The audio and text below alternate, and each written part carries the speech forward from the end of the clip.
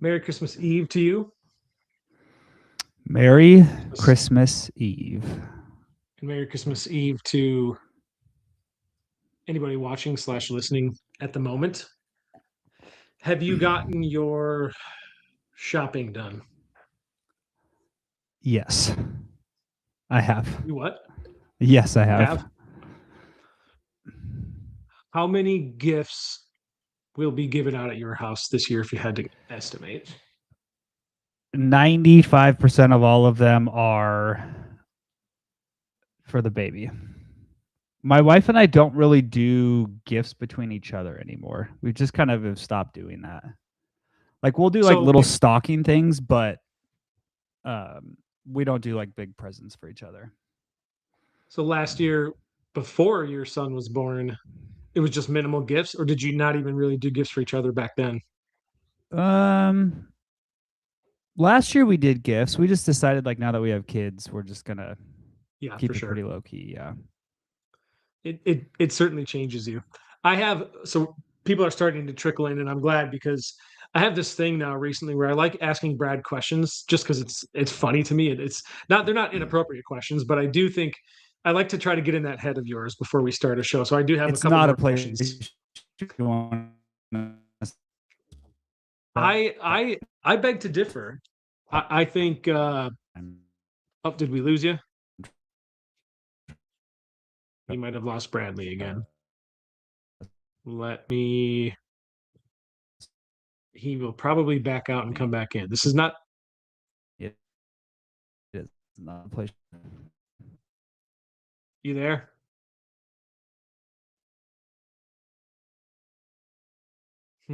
Sorry about the technical difficulties. There you go. Can you, I Bradley? am Now I here. see you. Okay, sorry. I don't know. I don't know if it was me or if it was you, but the screen froze and now you're back. Okay, so sorry about the troubles. Here's my first question to you. I like this one. This is good. If you had to delete every app on your phone except three, Oh which yes. ones Oh, survive? Google, the phone function, I think you've talked about that before. and my banking app. So Google Chrome, the phone, and your banking app. Did I get that right? Yeah, or Google/Safari and a web browser, Yeah, a yeah. Just phone, so you can and browse. like so I can pay bills and do stuff on my phone. Okay, this is a good one. What's a hill you're absolutely willing to die on that has nothing to do with business? Mm. What is a hill I'm absolutely willing to die on that has nothing to do I could with tell business? you. I could tell you what yours I is. have two. Okay. Coffee is I best think black, and Steph is the greatest basketball player ever. I knew you were going to mention the Steph Those one. are my two. Yeah, I figured you'd mention the Steph one. What I was going to say is that the hill that you're willing to die on is that there was an ancient civilization that existed, No, I'm got not wiped willing to. out. I'm not willing to die on that, but I think it's very interesting. Okay, that's fair. And then I just have two more.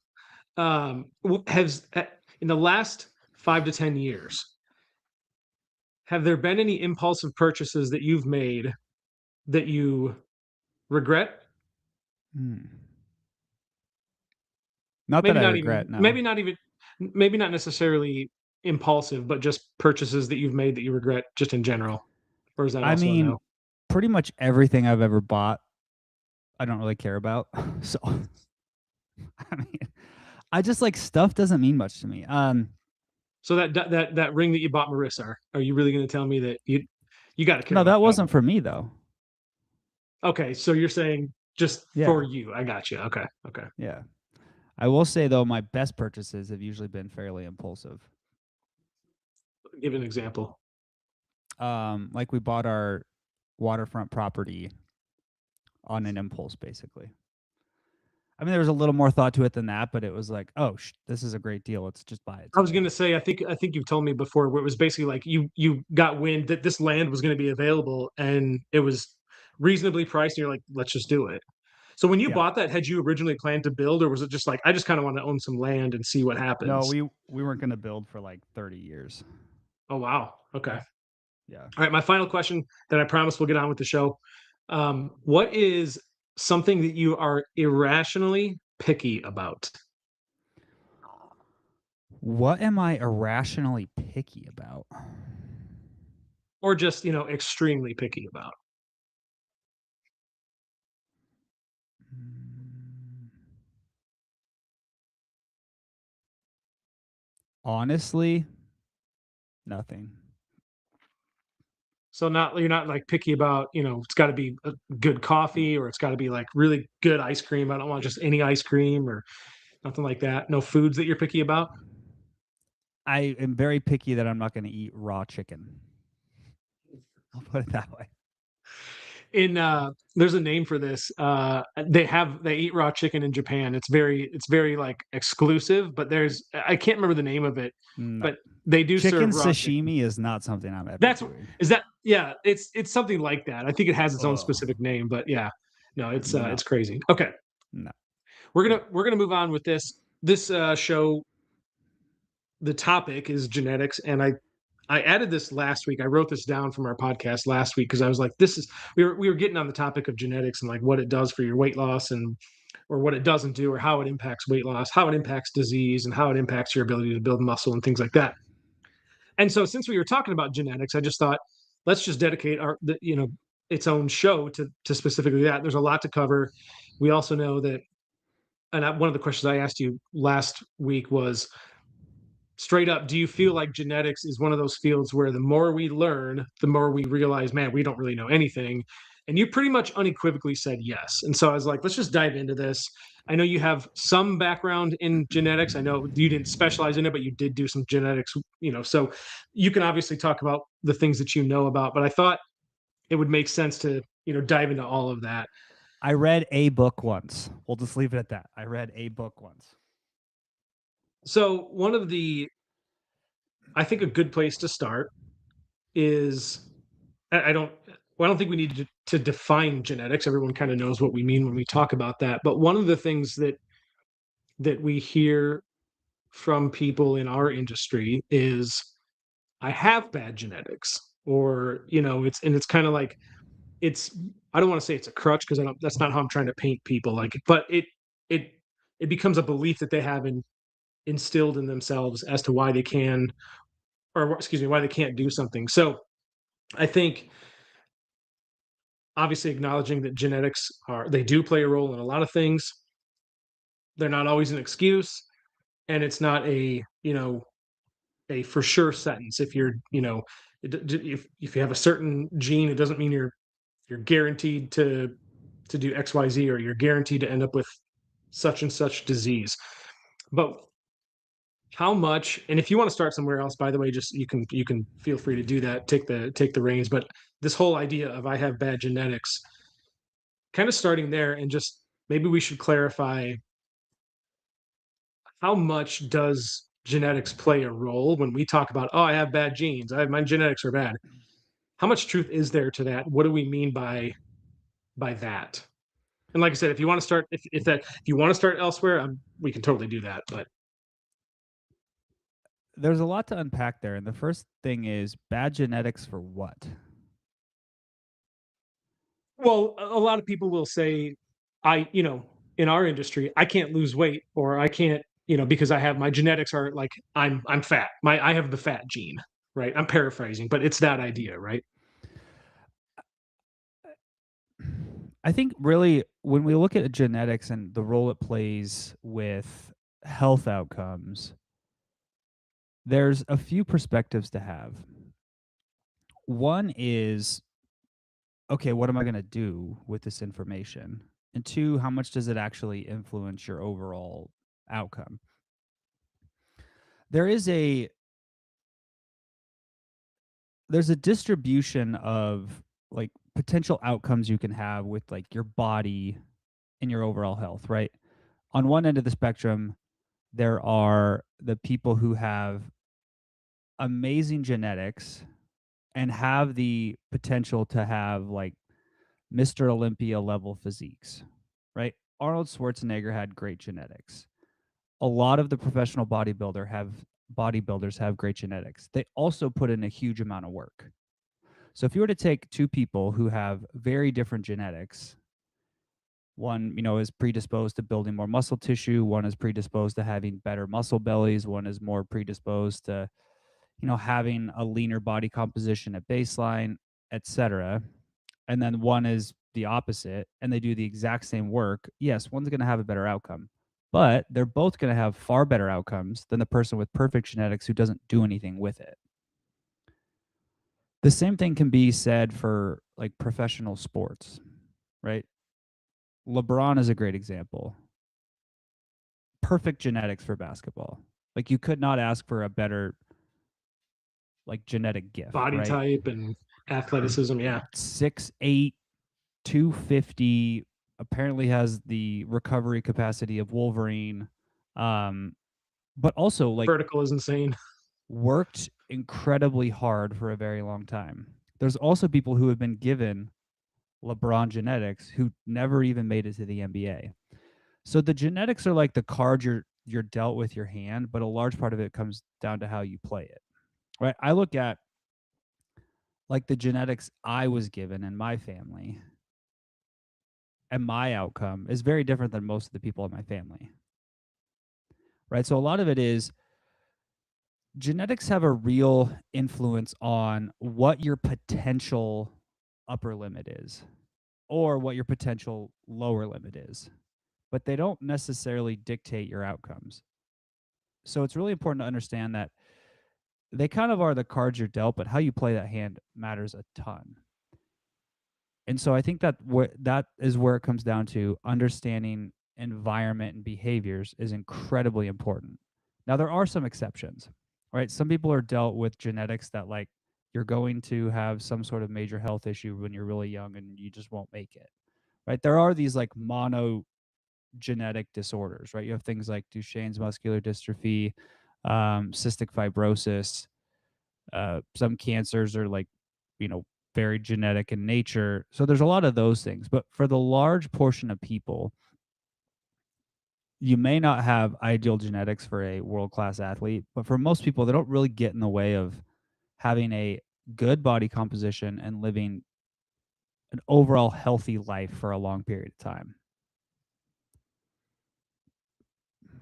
We know that a lot of genes are inherited, right? They're hereditary, they're passed on.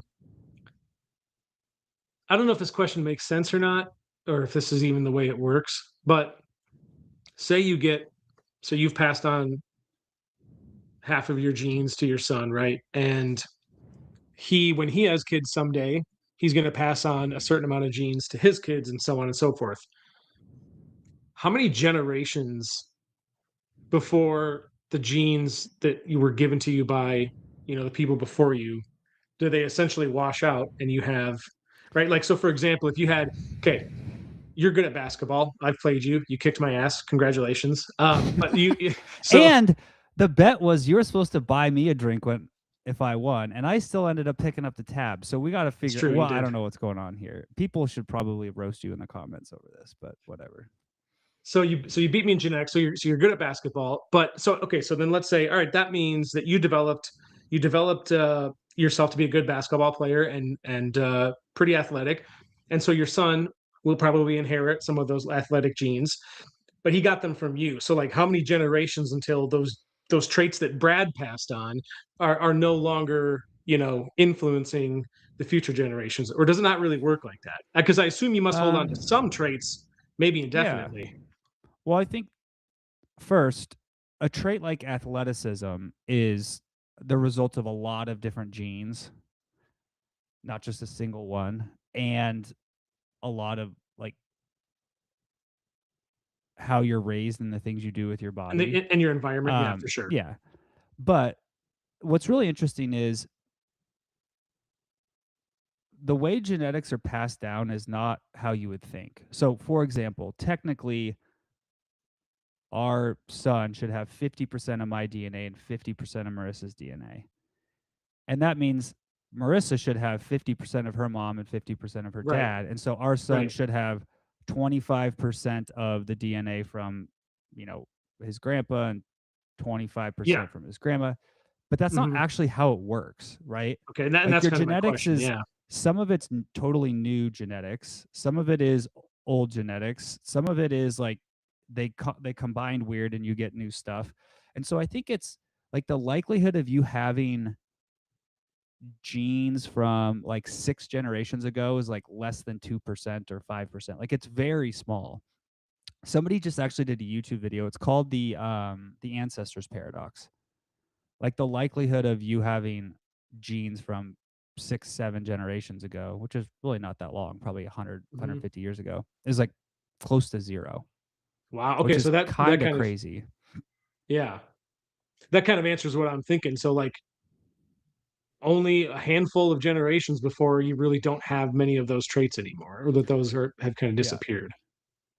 One of the things I was reading is that I'm not going to be able to put it into the right words like a geneticist would, but is that your genes have human genes have patterns in them that suggest that millennia ago, or just throughout human evolution, that your genetics tried something evolutionarily and then abandoned them because it's like you realize, okay, I don't need these particular genes. So if you look at the human genome, it's one of the things that I was reading was that there's just a lot of evidence that the human body has kind of like gotten halfway toward an adaptation of something, and then it realizes actually that's not what I need in this environment. So like it abandons that evolutionary step and is no longer part of who we are. I don't know if that's making sense or not, but basically that your genetics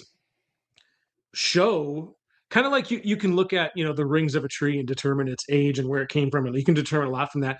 You can there The idea is that you can determine a lot about human evolution through genetics as well. Yeah. To your point though, I don't know if saying it abandoned it is the right like way to think about it. I think of more of there's not enough selection pressure to cause those genes to like be concentrated. So for example, let's say a million years ago, the first person born with blue eyes, right? If that gave them no advantage and only one of them was born and then they bred with a bunch of brown-eyed people, well, that would just lose, right? Right. The reason that genetic traits persist is there's selective pressure to make them more likely to be reproduced. So I think Let's a lot of survive. times Yeah. we'll see these things that if they don't provide any real advantage for survival, Edge. Right. they don't end up in enough concentration to like make it to the next generations Okay. or persist. That makes total sense. Then that's definitely, I think, the better way to explain it. So I have two questions because there's another section I do want to another kind of topic I want to move on to, which is what genetics actually influence, and we'll get to that. But I have two questions I think you can answer. One is why are let's just take brown eyes for example, or dark hair. Why are those traits dominant versus, for example, blue eyes or blonde hair? Like why are certain traits more genes dominant versus recessive? Man, that's a good question. Um, I think it varies from like trait to trait, but I think the way that like eye color works is so blue eyes are a lack of pigment. Yep, Brown eyes have a a lot. pigment, right? So if Mhm. you have one person who doesn't produce a pigment and one person who does produce pigment, well, the pigment being there is going to change the color, right? You would have to have two people with no pigment Right. for the blue color to show through. So I think like every gene I would imagine is going to be fairly similar to that of sometimes it's just like a lack of protein or it's a lack of something. And so if you have one copy that produces it, the phenotype is different. It's just how, okay, I got you. Yeah. So then I guess the follow up to that is, so I have I have brown eyes, I have dark hair. My wife, blonde hair, blondish, kind of, I don't know, brown, let's call it. green eyes. My kids, they all came out blonde. Now that it's kind of turned brown for most of my kids now, and blue eyes. So Means you that have means blue eyes and you have a blue-eyed gene. so that's what I was going to say. So I think that means big R, Or little r, correct? No, or yeah, we're not going there. No, because they do look like me still. They still trust me. They're my kids. But to that point, is that suggests that I do have a recessive gene because if I had two, is it big R, little r? If I had two big R's, then then my kids wouldn't have a chance to come out blonde hair, blue eyes. Is that yeah. correct? So Yes, it's not quite that binary, but yes. of course. But So basically, you're somewhere in my genetic code, I have. Yeah, which one of your parents has blue eyes? that's the thing. Neither of them. But my Which one aunt, my of your dad's sister, does have blue eyes. So yeah. I think it's that side of the So then family. one of your grandparents has blue eyes. Yes. Yeah. Yeah. It's just so. But now, help me with Yeah. the math So here. Wouldn't that mean that each of my kids has a 50-50 chance of coming out either blonde or brown hair, and they just all happen to come out blonde? Was that actually a 50-50 chance? I don't know. I'd have to look at it's not always that It's not always like clear, that. Okay. right? Okay. Because a lot of it comes down to genes recombine. So it's not like it's you get this copy and this copy. There's a lot of Gotcha. overlap. And I'd have to go back to my developmental biology stuff, but Okay. yeah. Yeah. Those are just a couple one-off, little curious questions in my head. All right. So, what do genetics actually influence? Let's dive into that. If going from this belief we just talked about, from genetics are preventing me from losing weight, right? That's more of a belief than an actual fact. So let's switch to facts. Genetics can influence and do influence like signals, like appetite signals, um, your satiety response, stress and cortisol responses. I know that they can, like, it does have an impact on our energy expenditure, but there's this genetic sensitivity versus genetic limits and things that we actually, that genetics actually do have an influence. So what do they influence versus it's just a belief? Like what is it we know that these do influence, at least in terms of as far as we should be concerned about losing weight, building muscle, getting healthier?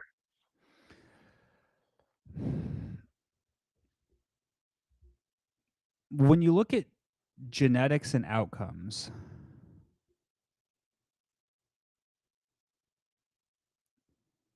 it's really important to understand the distribution effect.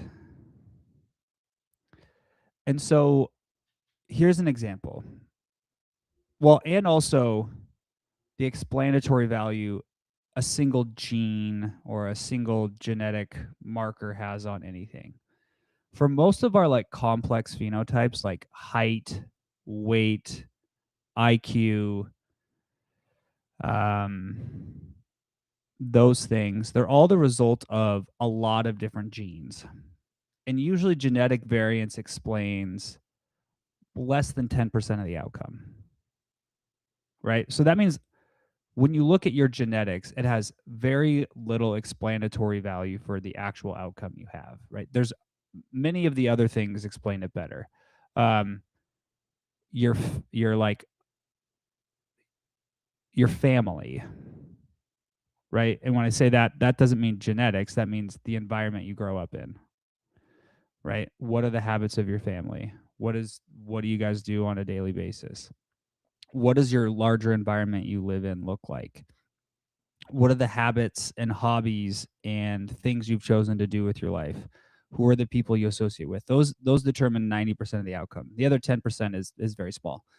The other thing to understand is the distribution effect of where people fall in things. So for example, there have been studies where we've kind of mapped the genes that are associated with things like obesity, right? We know which genes have a higher correlation. We know their explanatory value, et cetera.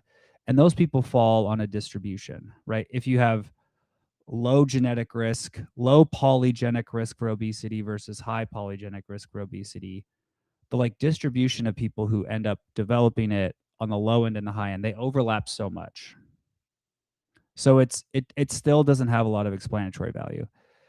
And so it really comes down to what are the choices you make and how much more likely are you to succeed? Right? Think about it like, okay, let's say you have the worst possible genetics for maintaining your body weight as you get older, right? Let's say you're genetically you fall a standard deviation below what your basal metabolic rate should be for your height, weight, and age, right? Let's say you also fall a standard deviation below what your fat oxidation should be based on your genetics. Let's say you fall a standard deviation above for appetite, right? Let's say you have all of these things. Well, we know that all of those things combined still probably explain maybe 10 to 15, maybe 20% in the most extreme Right. cases of like who ends up developing obesity or Right. not.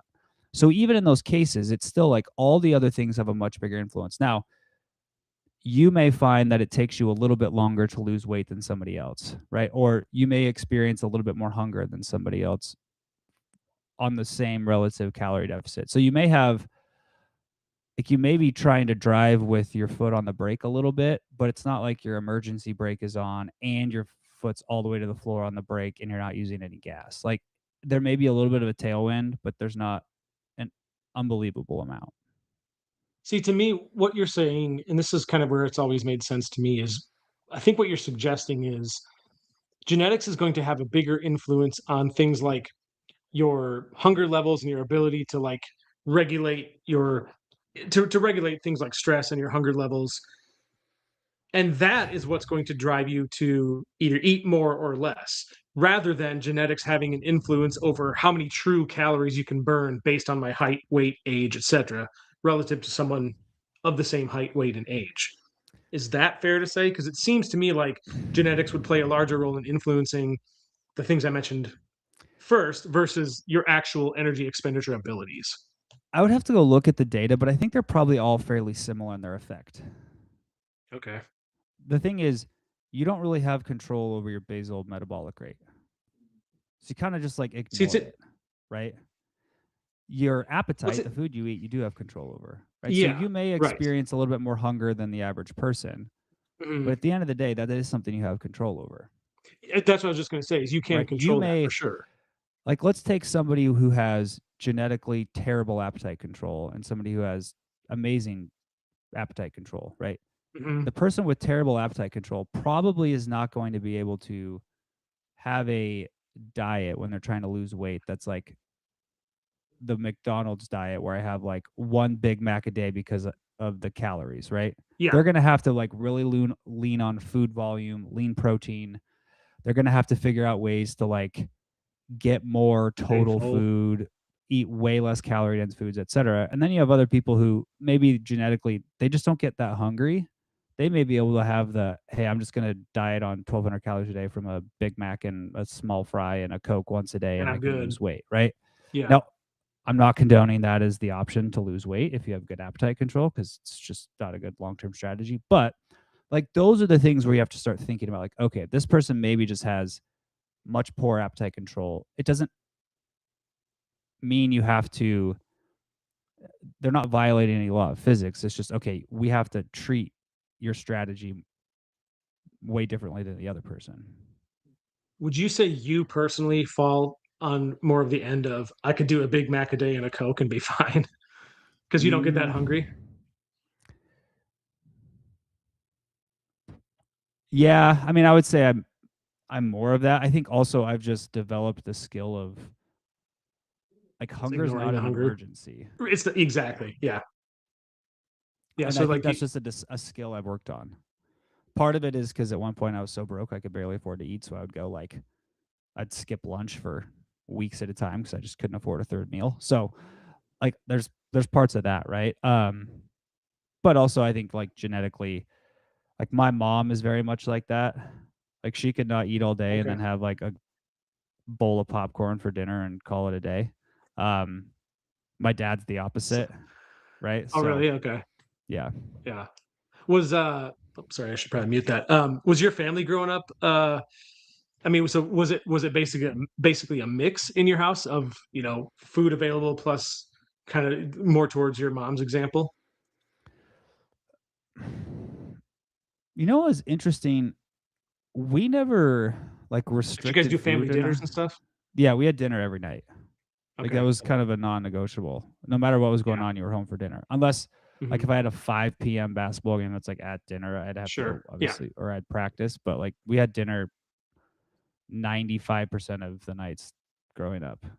Yeah. But we had like we kind of ate whatever we wanted whenever we wanted. Hmm. It wasn't restrictive. We kind of like just knew what was a good choice and a bad choice. Yeah. And my parents just kind of let us do whatever we wanted. Yeah. But I mean, dinner was always some sort of protein, a starch, and a veggie. Like that was just kind of, and that's how we eat now. Good Like pretty just balance. Yeah, basic. for Yeah. sure. Yeah. Is there going back to the actual genetics piece though? Are there ever like, to your knowledge, genetic anomalies that have shown like some people just can't lose weight? Yes. Hmm. What would that be? They're usually genetic defects in some of the major appetite Like, regulatory oh, mechanisms. So like leptin resistance, um, wouldn't have anything to Prader do with your Prader energy Willi pathways or anything like syndrome. that? No, there's. I mean, look. Um, uh, Because presumably for I'm those just looking this up people, because I don't know of any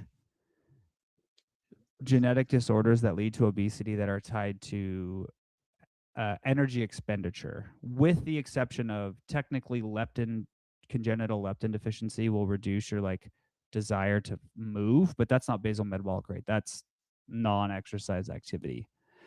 can Um, hypothyroidism be genetic? it Or can is it be, often? Okay. yeah. Okay. Sorry, were you going to read something? Maybe I interrupted you. Yeah, I mean the two major conditions that cause like uh, obesity as a direct result of genetics are things like leptin deficiency and Prader-Willi syndrome, and both of those, the bigger effect is on appetite. So they basically can't control their appetite, and they're So that usually like leptin deficiency is effectively cured by recombinant leptin. Like they just give you the hormone and it fixes it. It's sort of like if you have a thyroid issue and they give you the thyroid medication, it fixes it. so the whole appetite regulation thing seems like it could become a self like a feedback loop where if you eat a lot of food and you gain a lot of weight, those signals like you could basically have, I don't know if the word I'm looking for is just like a your hunger feedback loop could be dysregulated to where the bigger you get, the more hungry you think you are, so you eat more, and it just keeps going. Is there truth to that?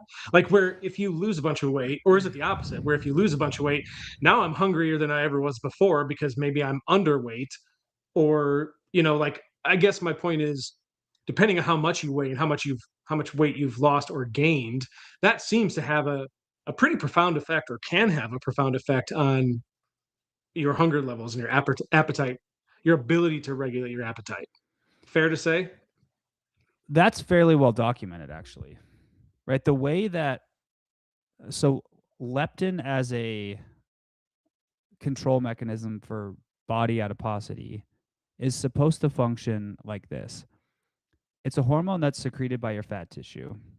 When levels are low, it signals hunger and it Eat more, right? drives you to move less. Hmm. As you gain body adiposity, body fat, your body fat produces more leptin, which then should tell your body to eat less and move more to like maintain what the like fat balance in your body is. Hmm. But the problem that we see in humans in modern society is we develop leptin resistance as our body adiposity goes up. Gotcha. So we don't get the signal. So this is one of the reasons why we don't control our appetite even when we have chronic energy surpluses. What's blocking the signal? Is it just the fat accumulation itself? I think I'd have to go back and look at this because I haven't looked at it in a while, but it's primarily the result of inflammation Mm-hmm. and that impacting both peripheral tissue and your brain. Yeah, This that's is super actually one of interesting. the areas that Stefan Guillenet's work when he was working in a lab, he was Hmm. focusing on like hypothalamic inflammation and leptin resistance in obesity. Yeah, I think he touches on that in his book, which was really quite good. Yeah, that's super interesting. So I guess not to go off on a tangent here, but this begs another question. And we've done an episode on this. We've done two episodes on this actually. GLP-1s, they must kind of hijack The some of that glippies. and help, right? Like, is that kind of one of the things that they do? Is because we hear about, oh, it's I have less food noise. Is it doing something to our leptin, I that don't think it's signal we doing get? something to our leptin directly. I think it's activating the circuits, the same circuitry in the brain, and it reduces hunger. Hmm. We might I need to do haven't spent a another. ton of time in like the hardcore neurobiology of like Yeah, right. w- what circuits is it affecting exactly, just because it gets so complicated.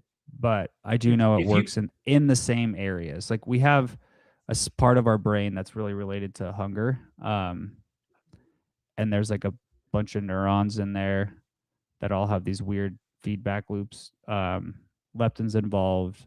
Apparently, GLP-1s are involved. Dopamine is involved. Like, there's a whole lot of things that go on in there. yeah, if you I still think we should try to get Stefan on the show that because I bet he would know something about this. If you still have contact with him, you should try to get in touch with him and be like, hey, we should do an episode. Let's invite him on the show. I promise I won't play any ridiculous YouTube clips if he's on.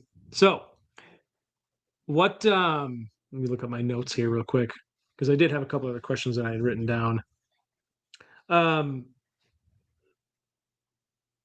yeah, so actually I think we've kind of covered a good majority of what I wanted to discuss, but I think I think this is it's such a deeply complex field, right? That I think we're still learning so much about it, and especially how it when it comes to you trying to lose weight, trying to gain muscle. Like I think the overall understanding is as complicated as genetics are, and as little as we know. What we do know for sure is you're better off just understanding that the environment you've built around you is going to give you a better shot at helping you accomplish your goals versus pinning it on I got certain genetics so I just can't do x y or z. It really has more what you've been saying throughout the show, what we've talked about is it has more to do with the environment that you've created and your habits and behaviors, right? Fair to say that has a lot more to do with the outcome of our lives as opposed to I'm just genetically predisposed to whatever. Yeah, I mean, here's a sort of good example. Go look at Okay, so let's go back to genetics and outcomes. We talked about LeBron James having like the perfect genetics for the NBA. Mm-hmm. 6'8", 6'9", 250, had like a 40 something inch vertical, the recovery capacity of Wolverine, like everything you could imagine. Then you have a guy like TJ McConnell, 6'2", white kid, can't really jump. Like, yes, he's above average height, but like he has none of the Elite genetics traits, right? specifically to go play in the NBA. But through like what he decided to focus on, what he spent his time doing, how hard he worked, like he is a legit NBA player. Or he developed the skills, he developed the tools, he learned the game, like all of those things. So two very different genetic profiles both end up with an outcome of they're playing at the Mm-hmm. most elite level in their sport. So a lot of it comes down to, is it going to be, are you going to let it define what your actions are going to do? Did you just go, I got dealt a bad hand, so I'm just not going to do anything. Here's another personal question for you. You loved basketball. Well, I know you still love basketball, but you've told me before that as a teenager and kind of growing up, you loved the game, so you were obsessed with it.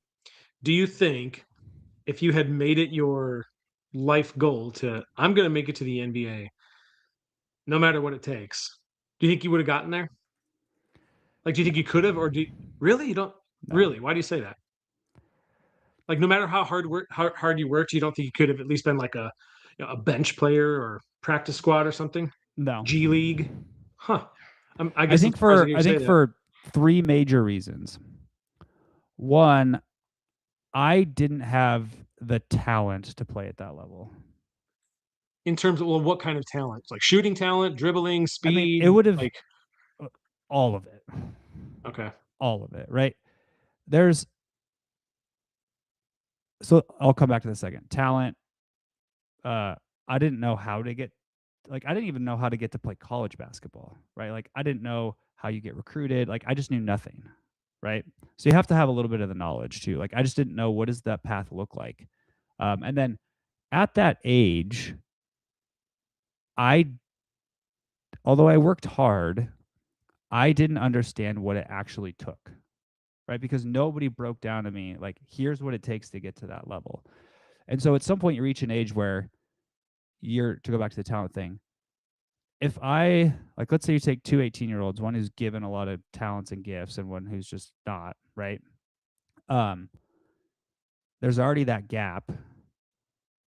Your chance like to be a rookie in the NBA is like maybe you have like 4 to 6 years from 18 to like make your debut as like a 22 to 24-year-old.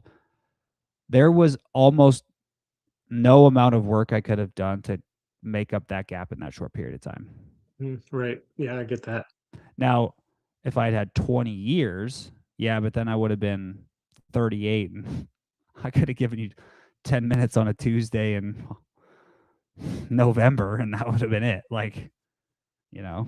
And I think nowadays, don't they pretty much when they're like before you go recruit a kid to college, like there's like recruiters going up to high school kids being like, hey, if you want to come play at our program, here's what you got to do, and kind of like giving you that path, which you're saying you didn't really have, but now the kids these days sort of do have that path. Is that correct to say? Well, and I don't think every kid has that path, right? No, no, of course not I think a lot of everybody. it comes down to just like, do you know how to get there? This goes back to weight loss. If when I was 14, someone had told me, "Hey, if you ever want to play college basketball and professionally overseas, you need to be in the gym an hour and a half to 2 hours a day. You need to get up this many shots a week. You need to be playing in these tournaments so you can get seen and recruited. You need to be doing these things. And then here's all the stuff that you don't need to do, right? Like here's all the superfluous stuff that just don't do it." And someone had given me the roadmap. That's like what we do with coaching, right? I think a lot of people when Exactly. they think about like weight management, getting in shape, those things, they see all this stuff on the internet, but so much of it just is pointless, Noise. right? It would be like me watching the and one mixtapes and back in 2000s and like I just went to the gym and did that stuff all the time and practiced it. Like that would never have gotten me Right. on the court in a organized basketball game, right? But it's like, okay, go watch this film. You need to know how to offensively read if they're switching on a screen, if they're hedging on a screen, if they're flat showing on a screen. Here's the reads you make. Like those are things you need to learn. Like nutrition wise, exercise wise, it's like, okay, here's all the stuff that you don't need to spend your time doing, right? You don't need to work, like, don't go get your BMR measured. It doesn't matter, right? You don't need to be working out 7 days a week for 3.5 hours. You don't need to have this big of a calorie deficit. You don't need to be taking these supplements. You don't need to be doing all these crazy challenges. Here's what you need to do. You need to understand how many calories your body actually needs to lose weight. Here's a starting point. We're going to kind of test it. Here are roughly the macronutrients you should be consuming. Here's the windows and flexibility you have. Here's how we're going to keep you accountable to doing this, and this is how long it's going to take. Here's how we're going to problem solve when you're on the fly, when you're traveling, when you're dealing with all these things. And here's the things that you're going to experience. Like, here's the mental ups and downs, here's the scale ups and downs, here's the community you need involved in. Like, it's kind of the same thing. And the nice thing is, with very rare exception, genetics don't really matter.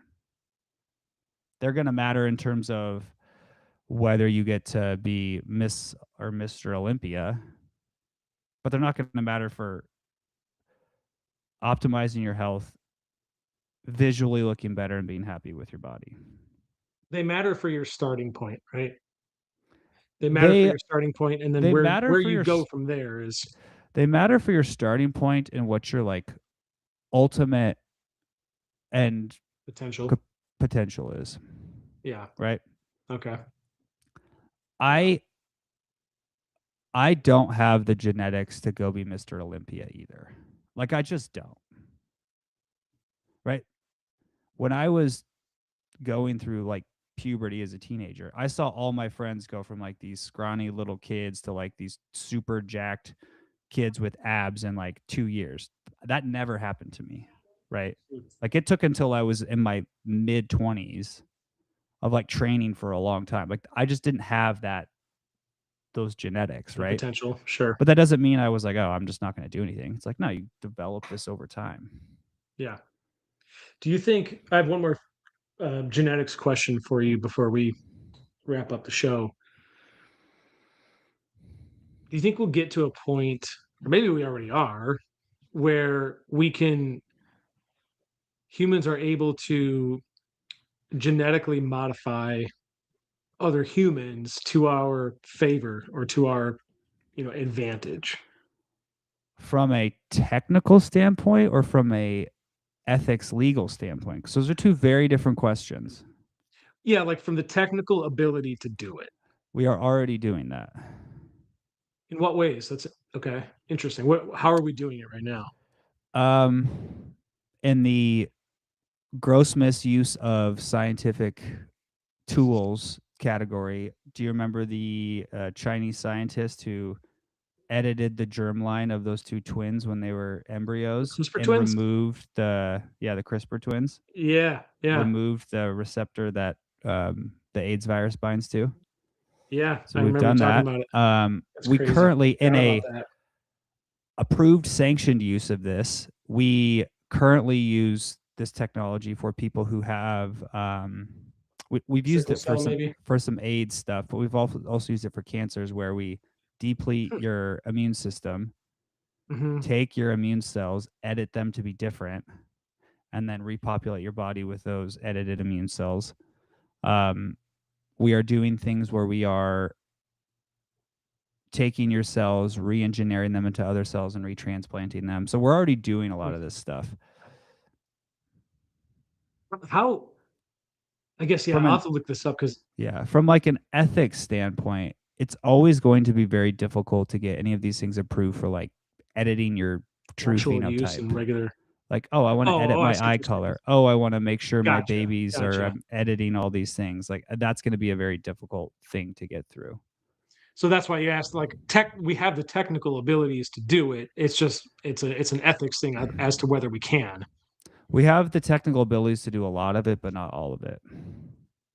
Yeah. My joke is always, give me $20 billion in 20 years in a country that has no laws, and we'll definitely be able to clone humans. Now, whether that's the right thing to do or not, it's a totally different question. But we're not that far away from technologically being able to do that. Yeah, I had to ask your question, or your answer made me curious, so I had to ask our AI friend here. Let me read this to you. This might interest you. So I basically said, I asked it the same question that I just asked you, and it said, short answer, yes, to a degree, but not in the sci-fi designer humans way most people imagine.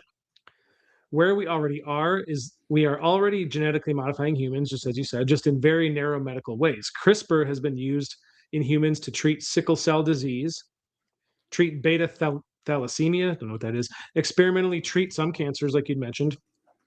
These edits are somatic, meaning they affect only the treated person, not their children. So you wouldn't be able to pass it on. You've Okay. never seen X-rays of beta thalassemia? It's so cool. Yeah, dude, I just saw one yesterday and the day before that. It's so common. No, I have no idea what the hell that Just is. just look it up. But It's pretty cool. okay. It's What am I looking at?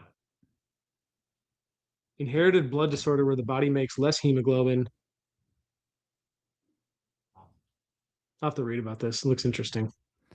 yeah, so I think what happened is you end up having more like free iron, I think, in your body. And so it like shows up on X-ray. Oh, so Wolverine. Yeah, except for adamantium was non-ferric metal, so no. Is that what was it for sure? I thought it, I'm pretty sure. I mean, well, it was, yeah, I guess it would be non-ferric, but it was definitely still showing up and it would show up in an MRI because it's magnetic, right? So you'd still be able to tell. Like you could, if somebody has more iron in their blood. Well, I guess I don't know. I don't even know how that works. Whatever. Never mind. The rest of this, I wanted to read this real quick too. What will almost certainly be possible within the next few decades, we will likely see disease prevention and resistance, lower risk for genetic disorders, reduced risk for diseases like certain cancers and heart disease, and possibly resistance to specific viruses. Repairing, not enhancing. So we'll get very good at turning bad genes off, repairing single gene defects, and editing cells like blood or immune cells. Um, but where things get very hard very fast, complex traits aren't switches. Traits people usually want to enhance. Intelligence, athleticism, longevity, creativity are controlled by hundreds of thousands of genes, plus developmental timing, environment, nutrition, epigenetics. Changing one gene can help one trait and accidentally break three others. That's super interesting. Like if you modify one gene, you could totally mess up multiple others. Yeah. I mean, I Um, think and again to go back to this, just because let's say we could genetically alter these traits, it doesn't mean you're going to have different outcomes. Right? yeah, Like yeah, here for is sure.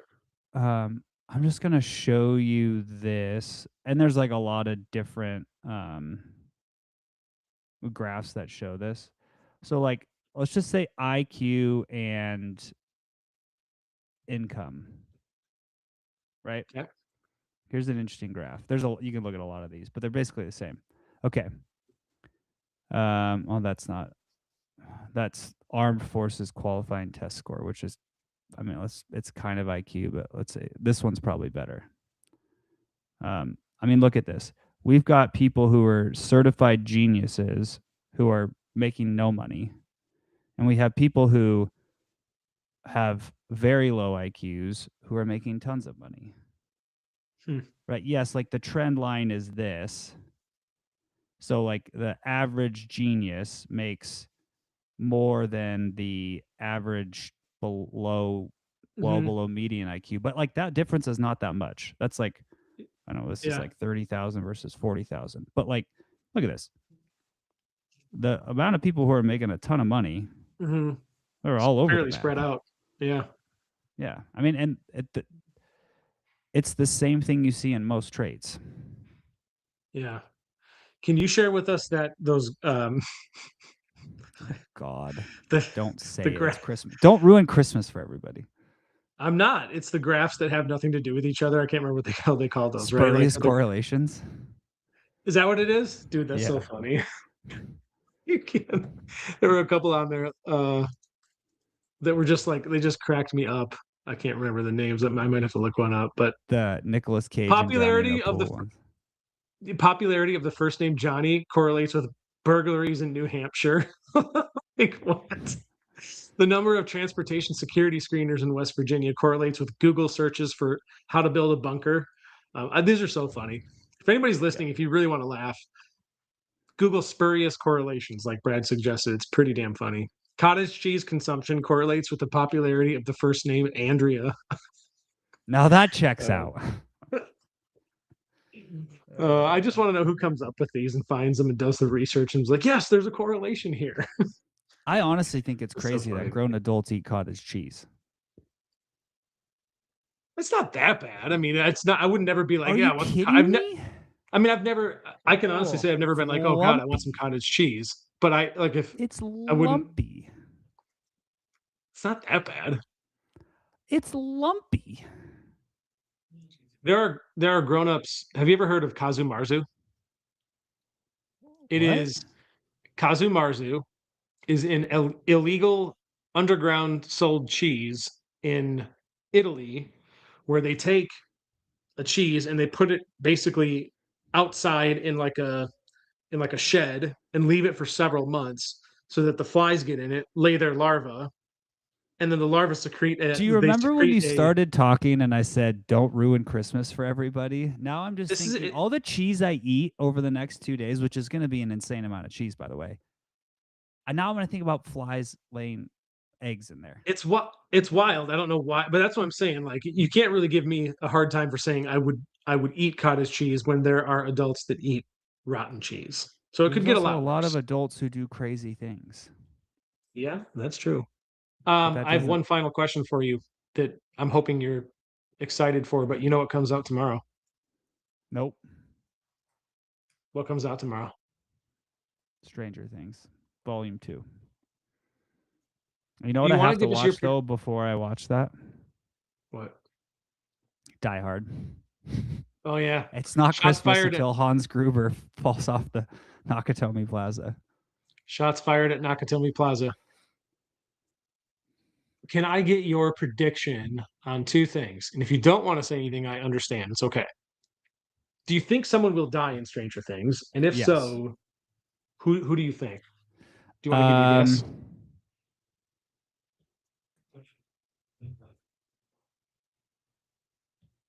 I think it.